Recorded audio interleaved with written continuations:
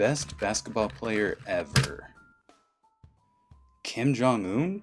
Well, I got no reason not to believe this.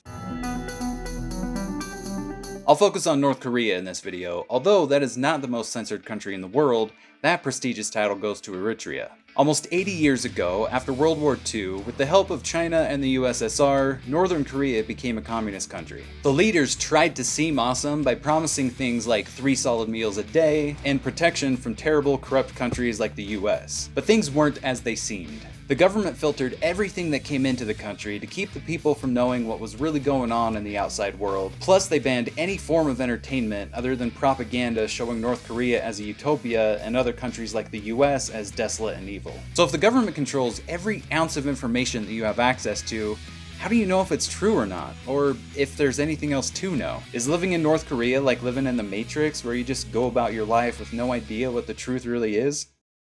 One obvious way to tell if you're living in a censored, oppressed society is if this way of life started during your lifetime. Your rights are being taken away and you're scum now. I don't like this. Don't care. You'd be able to pass on information about the past to the next generation. But what if this goes on for multiple generations and technology changes a lot during that time? The government in North Korea has had total control over emerging technologies like the internet to be able to brainwash people into thinking the rest of the world is trash, and to think that this guy is somehow supreme. And by now, few people are around that can remember life in North Korea before this totalitarian government. So simply passing information from one generation to the next might not work, at least not for very long. At first glance, traveling restrictions seem like a surefire way to know if your government is too controlling. If they don't let you go anywhere, isn't that kind of a red flag? Well, it should be. Hey, there's a flu going around, you can't be at the park.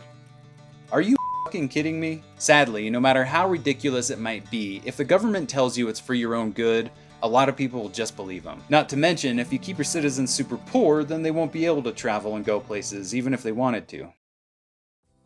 This one's tricky. In North Korea, they have very strict laws about what you can and can't wear. There's no sense of individuality. For example, blue jeans are a big no-no, and you have little control over what you can do with your hair. Only the coolest hairstyles are allowed. This is tricky because that sounds insane to us, but we have to talk real quick about uncontacted Aboriginal Australians. They are always completely naked and therefore have zero laws on apparel. Compared to that, we in the US have some very strict laws on clothing and apparel since we can't be naked and have to wear clothing in public at all times. So where exactly do we draw the line? To Aboriginals, we might appear oppressed. Take off all that cotton, you look like a freak. The extreme lengths that the North Korean government goes to stop the spread of true information is absurd. Any piece of media that you can get is state-controlled propaganda. Nothing from the outside world is allowed in, including seemingly very innocent things. What do you got there, a Bible?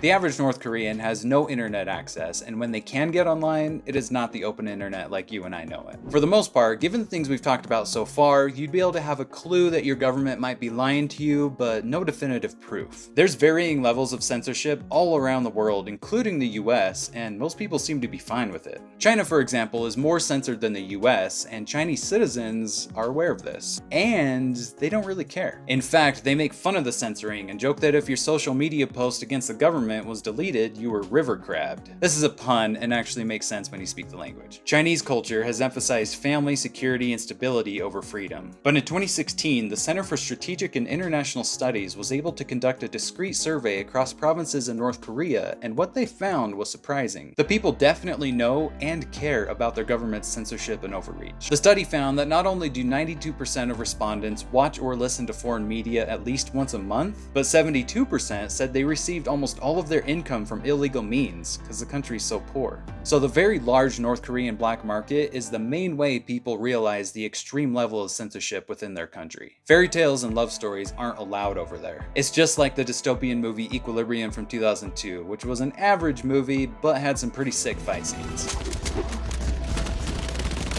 In that world, it's nothing but brainwashing and propaganda 100% of the time, and it's illegal to show emotion. And it is scary how similar North Korea is to that. There are days at a time where the people in North Korea aren't allowed to laugh. But aside from censorship, which is relatively harmless, it's not an uncommon occurrence to see people arrested or even publicly executed for something as simple as watching a Hollywood movie. Most North Koreans know the outside world is somewhat better, but a lot of the people that have successfully defected to South Korea didn't realize it would be that much better. The oppression and brutality that these people face every day is another topic on its own. So I'll end here with a list of my top 5 reasons how these people probably know they live in an isolated, censored dystopia.